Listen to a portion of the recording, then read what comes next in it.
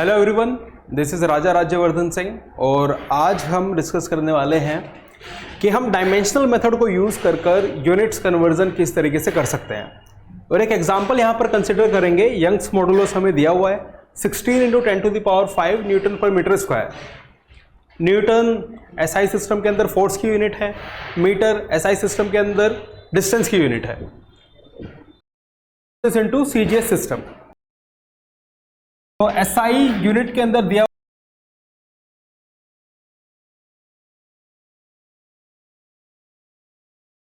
Newton पर metre square और ये किसके अंदर है? This is the SI system of units. ये है SI system of units. Force की यूनिट न्यूटन एसआई सिस्टम में और डिस्टेंस की यूनिट मीटर एसआई सिस्टम के अंदर। सो सबसे पहला काम हम क्या करेंगे, इसकी डायमेंशन लिख लेते हैं। What is the dimension of Young's modulus? वो इसकी यूनिट देख के हमें समझ में आ जाएगा। Newton is the unit of force और फोर्स की डायमेंशन हमारे पास होती है mLT-2। और जिसको ये डायमेंशन याद नहीं वो इजीली इसको निकाल सकता है कि भाई फोर्स ये बराबर होता है मास टाइम्स एक्सीलरेशन। मास को हम मेजर करते हैं किलोग्राम के अंदर और मास का डायमेंशनल सिंबल है m। एक्सीलरेशन हम मेजर करते हैं मीटर पर सेकंड स्क्वायर के अंदर। मीटर यानी कि लेंथ, सेकंड यानी कि time. So this is mL/t²।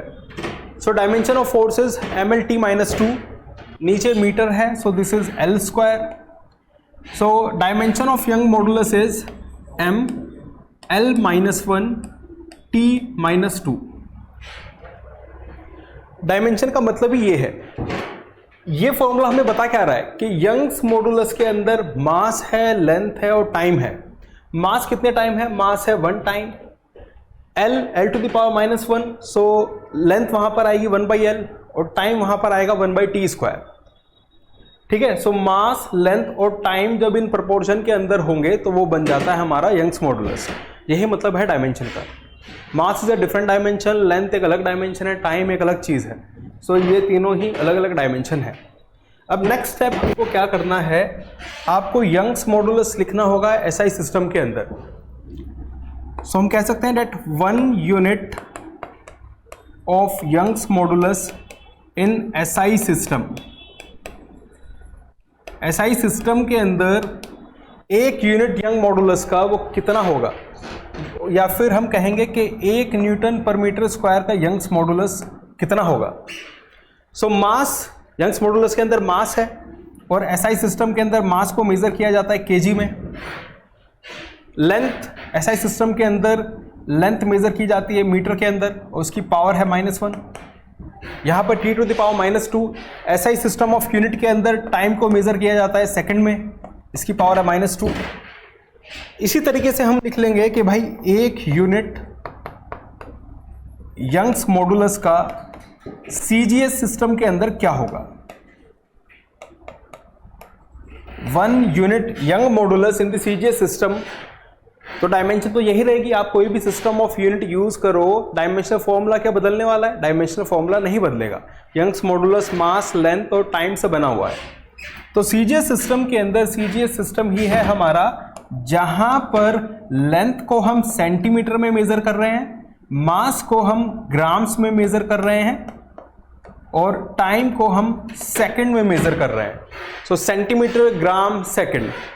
तो यानी कि जब आपको एक यूनिट यंग मॉडुलस लिखना है सीजीएस सिस्टम के अंदर, मास हम लेंगे 1 ग्राम, लेंथ हम लेंगे 1 सेंटीमीटर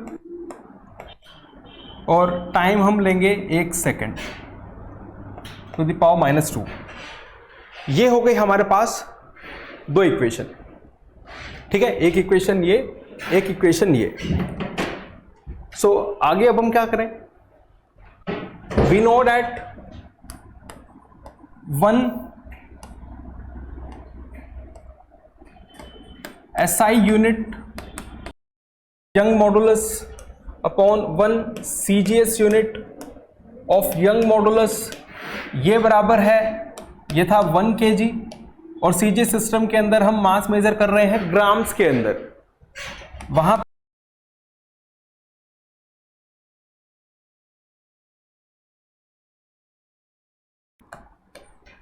SI सिस्टम के अंदर टाइम हम सेकंड में मेजर कर रहे थे और CGS सिस्टम के अंदर भी टाइम सेकंड के अंदर हम मेजर कर रहे हैं। तो ये तो कैंसिल ही हो गया, 1 सेकंड। अब इसका क्या करें, 1 kg is equal to 1000 gram upon 1 gram, 1 centimetre upon 1 centimetre to the power -1। Centimetre cancel, gram cancel, और यहाँ पर हमारे पास केवल एक नंबर रह जाएगा, वो नंबर है 1000 into 100 to the power -1, 100 to the 100, ये हो जाएगा हमारे पास 1/100। तो ये नंबर है कि हमारे पास 10, यानी कि 1 unit of Young modulus in SI system, 1 unit Young modulus in SI system, 1 unit Young modulus in SI system, this is equal to 10 times of 1 unit of Young modulus in the CGS system. और हमारे पास value दी हुई थी that Young's modulus is given to be 16 into 10 to the power 15 Newton पर metre square. So value हमको दी हुई थी 16 into 10 to the power 15 Newton पर metre square. अब न्यूटन पर मीटर स्क्वायर है क्या, 1 unit of Young modulus in SI system. So 1 unit of Young modulus in SI system is 1 Newton पर metre square, और 1 न्यूटन पर मीटर स्क्वायर किसके बराबर है, 10 CGS यूनिट्स के। सो यहाँ पर हम लिख देंगे 16 इंटू 10 टू द पावर 15, और 1 न्यूटन पर मीटर स्क्वायर ये इक्विवेलेंट है 10 CGS units of Young's modulus. So our final answer is 16 into 10 to the power 16 CGS units. ये हमारा फाइनल आंसर हो जाएगा। अगर आपको किसी भी सिस्टम से किसी भी दूसरे सिस्टम के अंदर यूनिट्स को कन्वर्ट करना है, वहां पर हम डायमेंशनल मेथड यूज कर सकते हैं। हम जिस भी फिजिकल क्वांटिटी की बात कर रहे हैं उसका डायमेंशनल फॉर्मूला चेंज नहीं होने वाला। Force is mLT-2। आप कोई भी सिस्टम ऑफ यूनिट ले लो, फोर्स हमेशा mLT-2 ही रहेगी। इसी कॉन्सेप्ट का यूज करते हुए हम एक यूनिट फोर्स किसी भी सिस्टम ऑफ यूनिट्स में निकाल सकते हैं, चाहे वो SI सिस्टम हो या वो CGS सिस्टम हो।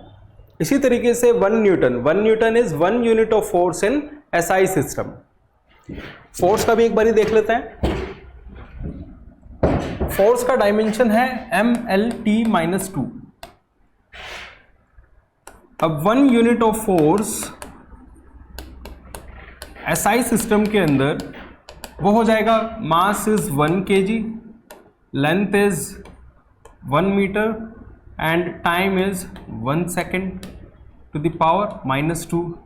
इसी तरीके से 1 unit of force in CGS system, यहाँ हम मेज़र कर रहे हैं मास ग्राम्स के अंदर, लेंथ सेंटीमीटर के अंदर और टाइम सेकंड्स के अंदर।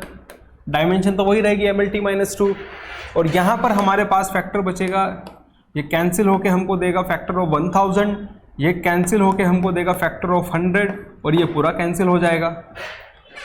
तो एक यूनिट फोर्स SI सिस्टम के अंदर होता है 1 newton. So 1 newton upon 1 CGS unit, this is 10 to the power 5, और एक CGS यूनिट को हम बोलते हैं डाइन। फोर्स की एक यूनिट CGS सिस्टम में उसको बोला जाता है dyne. So 1 newton is equal to 10 to the power 5 dyne. I hope आप सबको समझ में आया हो। So dimensional method is a very powerful method and this is very fundamental in physics. इसका यूज़ कर हम यूनिट्स भी कन्वर्ट कर सकते हैं, और दूसरे यूजेस भी हैं डायमेंशनल मेथड के, जिनकी चर्चा हम किसी